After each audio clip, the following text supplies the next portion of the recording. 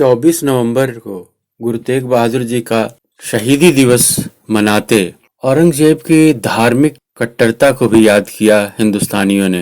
26 नवंबर को संविधान दिवस मनाते बाबा साहेब को याद करते धार्मिक आजादी का गौरव और सुख अनुभव किया हर भारतीय ने, और मन ही मन श्रद्धांजलि दी उस संत महापुरुष को जिसने तत्कालीन इस्लामी शासन व्यवस्था के सामने घुटने नहीं टेके, मुसलमान बनना कबूल नहीं किया, बल्कि उनकी दी सजा को अकाल पुरख की इच्छा समझ जीवन बलिदान कर दिया। वे केवल सिखों के गुरु नहीं थे, कश्मीरी पंडितों के भी गुरु बन गए। जनेऊ और तिलक के रक्षक बनकर सारे हिंदुओं के गुरु बन गए और इसलिए हिंद की चादर कहलाए। पूरे संसार को धार्मिक आजादी का, मानवाधिकार का संदेश यानी फ्रीडम ऑफ रिलीजन देने वाले महापुरुष गुरु तेग बहादुर थे, जिनकी प्रेरणा का स्रोत थे गुरु नानक, पहले गुरु। और इसके बीच जो गुरुओं की कड़ी है, उन सब का सदका, यानी वो एक ज्योत जो गुरु नानक के रूप में आई, उससे दूसरी ज्योत, तीसरी ज्योत, इस तरह नौवीं ज्योत गुरु तेग बहादुर के रूप में पहुंची, और जिसने धार्मिक स्वतंत्रता को मानवाधिकार के बराबर बताया। यूएनओ में आज गुरु तेग बहादुर जी को वही श्रद्धांजलि देते हैं।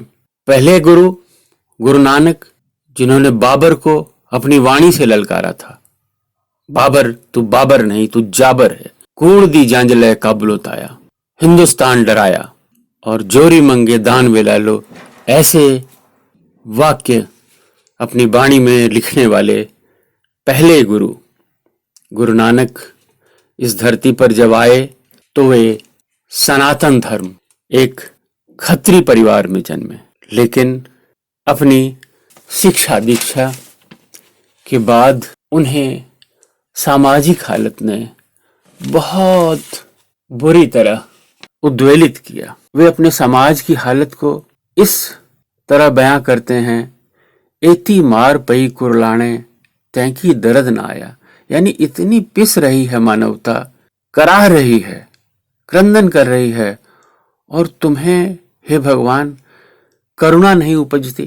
क्या था उसके समाज में? वो एक ऐसे कवि दार्शनिक समाज चेता थे जिनका जन्मदिन 591वां जन्मदिन, उनके प्रकाश पर्व को गुरु पर्व के रूप में हम मनाते हैं, और इसकी बधाई मैं आप सबको देता हूँ। ये सच है कि नानक में सत्य, अहिंसा, आत्मा परमात्मा का ज्ञान संस्कारों से ही मौजूद। खत्री बेदी सनातन धर्मी परिवार में पले बढ़े बच्चे को वेदों पुराणों की जानकारी तो थी ही, अपने चारों ओर के मुसलमानी परिवेश से भी बहुत कुछ सीखने को मिल रहा था। अरबी, फारसी, कुरान, शरीयत, मुल्ला, मस्जिद सामाजिक व्यवस्था में थे ही।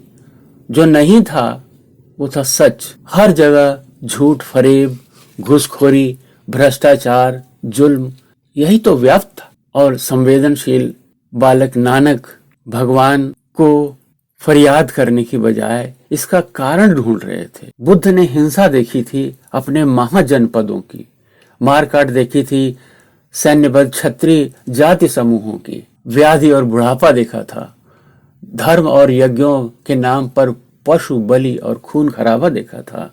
इसलिए बुद्ध और नानक के बीच 2000 साल का फासला, हिंसा और अन्याय से भरा हुआ जो इतिहास में दर्ज न होता तो नानक भी वही दोहराते जो बुद्ध ने अपने सुत्तों में कहा।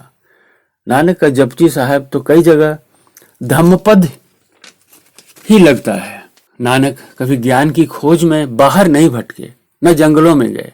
वे अपने समाज को गहराई से समझ रहे थे। दुनिया भर के वेद, पुराण, कुरान मौजूद हैं, पंचशील हैं, सबको दुख का कारण भी मालूम है, पर हो क्या रहा है असल में? कूड़ यानी झूठ हर जगह फैला है। घूस खाकर काजी न्याय कर रहे हैं, मुल्ला मौलवी पंडित गरीब की कमाई पर पल रहे हैं, नवाब बादशाह प्रजा को लूटने पर ही लगे हुए हैं। इंसाफ तो दिखाई नहीं देता। मेहनत कशों का बुरा हाल है। अमीर और गरीब के बीच खाई ही खाई है। इधर ब्राह्मण नीची जाति को सामाजिक दूरी पर रख प्रसन्न है। राज करने वाले विदेशी हैं जो कभी लुटेरे बनकर आए थे, आज राजे बनकर सिर पर सवार हैं। हिंदू अपने कर्म कांडों में ही फंसे हैं, किसी अवतार को पुकार रहे हैं, परंतु इधर नारायण गरीब को समाज में प्रताड़ित कर रहे हैं। तो कैसे होगा प्रतिकार? रोग तो बढ़ता ही जाएगा। राजपूत आपसी फूट का शिकार, बाहर से दूसरे आक्रमणकारियों को बुलाकर यहाँ के शासकों को दंड देना चाहते हैं। एक अत्याचारी से हिंदुस्तान को छुड़वाकर दूसरे घोर अत्याचारी की झोली में डालना चाहते हैं। यानी एक सामाजिक क्रांति की सख्त जरूरत थी। बताते हैं वेई नदी में नहाने गए लापता नानक 3 दिनों बाद जब लौटे तो निरंकार की साधना में तल्लीनता से बुद्धत्व प्राप्ति का नूर उनके चेहरे पर जगमगा रहा था। वाहेगुरु वाहेगुरु धन निरंकार जैसे उदान वाक्य उनके मुख से उच्चरित हो रहे थे। उनकी वाणी में इलाही बानी फूट रही थी। जपजी साहिब उनकी पहली रचना में समस्या और समाधान दोनों मिलते हैं। वे फरमाते हैं किव सचियारा होइए किव कूड़े तुट्टे पाल, यानी कैसे सच्चा हो इंसान और कैसे झूठ का ये बवंडर खत्म हो। ऐसे प्रश्नों को उठाकर उन्होंने इसका उत्तर भी दिया है कि मोक्ष का अधिकारी अगर बनना है तो मेहनत करो। हराम की कमाई खाने वाले कभी सचियारा नहीं हो सकते। जिन्नी नाम ते आया गए मसक्कत काल, नानक ते मुख उजले केती छुट्टी नाल। भगवान के सामने वही मुख उज्ज्वल हैं जो अपनी मेहनत का खाते हैं और नाम जपते हैं, वंड सकते हैं, दूसरों से बांट कर खाते हैं, परोपकार करते हैं। दूसरे का हक मारने वाला चाहे हिंदू हो या मुसलमान हो, दोनों पापी हैं। हक पराया नान का उस सुअर उस गाय, गुरपीर हम माता परे जा मुर्दार न खाए। यानी एक के लिए सुअर का मांस खाने जैसा है दूसरे का हक खाना, और गाय का मांस है हिंदू के लिए अगर वो दूसरे का हक खाता है। और अगर कोई गुरु या पीर ऐसी कमाई की हामी भरता है, स्वीकार करता है ऐसी कमाई, तो मुर्दे का मांस खाता है। तो समाज में फैले इस कमीशन खोरी, मेहनत का पैसा मारने वालों के लिए इससे भयंकर गाली क्या हो सकती है। सबसे विलक्षण बात जो नानक के व्यक्तित्व में देखने को मिलती है वह है कि एक सच्चे गुरु की तरह सिर्फ उपदेश ही नहीं करते बल्कि उसे करके दिखाते हैं। वो शिक्षा देते हैं कि किरत करो, मेहनत करो, तो स्वयं भी निखट्टू नहीं बैठते। मोदी खाने की नौकरी करते हैं, खेती करते हैं, यहाँ तक कि अपने जीवन के अंतिम वर्षों तक वृद्ध होकर भी करतारपुर में किसान की तरह जीवन बिताते रहे। अपने शिष्यों को बताया कि घर घर लंगर चलाओ, कोई भूखा गरीब न रहे, तो स्वयं भी इधर लंगर चलाते रहे, दीन दुखियों की सेवा करते रहे। सबसे ज्यादा दुखी तो वे इस बात से थे कि हिंदू वर्ण व्यवस्था में जाति पात की इतनी सख्ती है कि हिंदू गुलाम ही रहेंगे, कभी आजाद होंगे ही नहीं, क्योंकि अपने एक बड़े काम के हिस्से को नफरत करते रहेंगे, उन्हें समान नहीं समझेंगे, तो जाहिर है वे मौका पाते विदेशियों की मदद करेंगे, बदला लेंगे। इसलिए नानक ने कहा मुझे ऊंचे और बड़े लोगों से क्या लेना, नीचा अंदर नीच जात, नीचा हूं अत नीच, नानक तिनके सदा साथ, वड्या सो क्या रीस। नीचों में भी जो सबसे नीच है मैं उसके साथ हूं। यानी अंत्य समाज का जो सबसे आखिरी पिछड़ा इंसान है उससे सांझ है मेरी।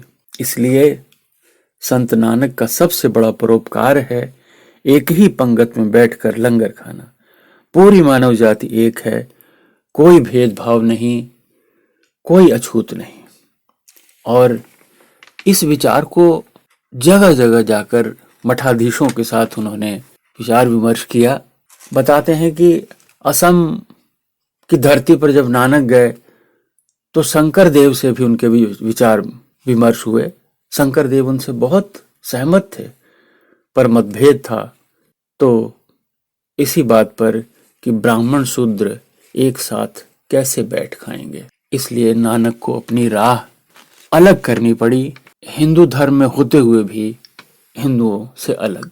लेकिन जो कहते वही करके दिखाते। अब किरत करना, वंड छकना, नाम जपना, यही तो 3 स्तंभ हैं उनकी शिक्षाओं के। ऐसा उन्होंने कभी नहीं कहा कि मुझे इल्हाम हो गया है, अब मैं जो कह रहा हूं वही खुदा की वाणी है, मुझे सजदा करो। ऐसा नहीं, बल्कि वो अपने समय के हर पीर फकीर, साधु, गृहस्थी, मठाधीश, यहां तक कि गोरखनाथ से भी उनके विचार विमर्श मिलते हैं। वो जाकर उन्होंने समझाया कि तुम लोग जंगलों में आश्रम बनाए ब्रह्म को रिझा रहे हो, और इधर हिंदुस्तान की जनता पिस रही है, त्रस्त है, राम नामी ओढ़े किनारा किए हो समाज से, तो लाभ क्या है इस भक्ति का। हर तीर्थ स्थान पर, हिंदुस्तान के हर तीर्थ स्थान पर उनके चरण पड़े हैं। शास्त्रार्थ करके विरोधी को नीचा दिखाकर अपना झंडा गाड़ना उनका उद्देश्य नहीं रहा। वे तो समाज में मानवता की प्रतिष्ठा, न्याय सत्य का वर्चस्व हो, सामाजिक समता बने, नारी पुरुष की समानता हो, अंधविश्वासों का खात्मा हो, ऐसे मानव मूल्यों के लिए जगह जगह जाते रहे, सत्संगत तैयार करते रहे।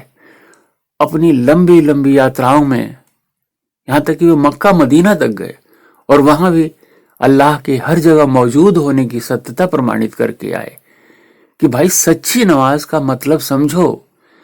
हिंदुओं के हों या मुसलमानों के हों, कर्म कांड खोखले हैं, खोखला सिद्ध किया उनको कि फालतू ढकोसलों में डालकर जनता को चूसना धर्म नहीं है।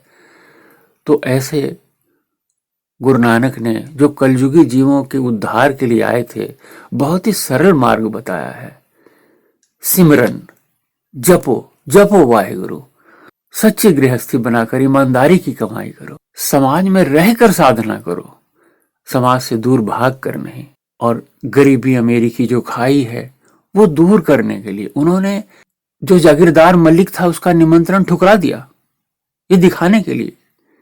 और जो बढ़ई था उसकी सूखी रोटी स्वीकार की। जब मलिक गुस्से से आग बबूला होकर के नानक पर पहुंचा तो उन्होंने कहा, देखो ये देखो, तुम्हारी पूड़ियों में तो खून है, जो तुम जनता का खून चूसते हो, और देखो इस बढ़ई की मेहनत की कमाई में दूध भरा है, तो कौन श्रेष्ठ है। इतने पहुंचे हुए गुरु ने यह साफ साफ देख लिया था कि जब तक हिंदुओं में जाति पाति छुआछूत का रोग है, देश कभी आजाद नहीं हो सकता। न राजनैतिक आजादी मिलेगी, न धार्मिक आजादी। पहले तो हिंदू धर्म का कोढ़ दूर करना चाहिए, वरना कोई ना कोई विदेशी आक्रांता इस देश को जकड़े रहेगा। सामाजिक क्रांति की अलग जगाने वाले बाबा नानक ने वंशवाद के खिलाफ कदम उठाया। अपने दोनों बेटों श्रीचंद और लक्ष्मीचंद, जो बड़े ब्रह्मचारी और तपस्वी थे, जिनके अखाड़े आज भी भारतवर्ष में कई जगह मिलते हैं, उनको गुरगद्दी पर नहीं बैठाया। क्योंकि नानक का मत है कि समाज से दूर होकर तपस्या करना नहीं है, बल्कि समाज में रहकर साधना करनी है। इसलिए उन्होंने अपने अनन्य शिष्य अंगद को गुरु की पदवी सौंपी। जैसे एक दिए की लौ से दूसरा दिया जलता है, उसी तरह गुरु अंगद देव ने नानक के बाकी कामों को पूरा किया। चौथी ज्योति गुरु रामदास ने हरि मंदिर की स्थापना की अमृतसर में, जहां चारों वर्ण मिलकर एक हरि की उपासना करें और आजादी के बारे में मिलकर विचार करें। पांचवी ज्योति गुरु अर्जन देव ने शहादत दी जहांगीर के सामने, ताकि सोई हिंदू कौम में बलिदान देने की आत्मिक शक्ति जागृत हो। गुरु हरगोविंद ने जहांगीर की फौजों को 6 बार परास्त कर दिखा दिया कि आजादी कैसे हासिल करनी है। इस तरह गुरु नानक की चेतना जब 10वें गुरु गोबिंद सिंह में साकार हुई तो खालसा का सृजन हुआ। ऐसे क्रांतिकारी गुरु की दूरदृष्टि को शत शत नमन, शत शत नमन।